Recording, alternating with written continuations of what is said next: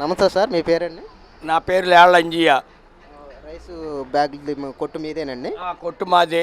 అది తవుడు కొట్టు. ఇది ఏదో కొంచెం కొంచెం అమ్ముకుంటా ఉంటాను. మళ్ళీ మునుపు పోనీ మళ్ళీ జగన్ గాని వస్తే ప్రజలు మొత్తం ఇదైపోయేవాళ్ళు. ఇప్పుడు కొంచెం చంద్రబాబు నాయుడు రాబట్టి కొంచెం ఇబ్బందులు అనేవి కొంతవరకు రాజధాని రైతులుగా మాకు ఇబ్బందులు తొలగిపోయినాయి. వైసీపీ ప్రభుత్వంలో మీ వ్యాపారం బాగుందండి? అసలు అసలు కనీసం భయం పుట్టేది. దేనికి? ఏం చేస్తాడో, ఏం మాట్లాడుతాడని. దానికి దీనికి నక్కగా నాగలోకం అంత తేడా ఉంది. అది అంటే ఆ ప్రభుత్వంలో సంక్షేమ పథకాలని అందరి ప్రజలు దేనికి దేనికి జనాన్ని సోమరపోతులు చేయడానికి అయ్యి అంతకు తప్పితే రెండో దానికి పనికిరాం. ఇప్పుడు అభివృద్ధి చేయాలి, రాష్ట్రాన్ని అభివృద్ధి చేస్తే చాలా బాగుంటుంది. అంతేగాని పథకాలు ఇస్తే ఏముంది, తీసుకుంటున్నారు, తాగుతున్నారు, బెకార్లు వెళ్ళే తిరుగుతున్నారు. అది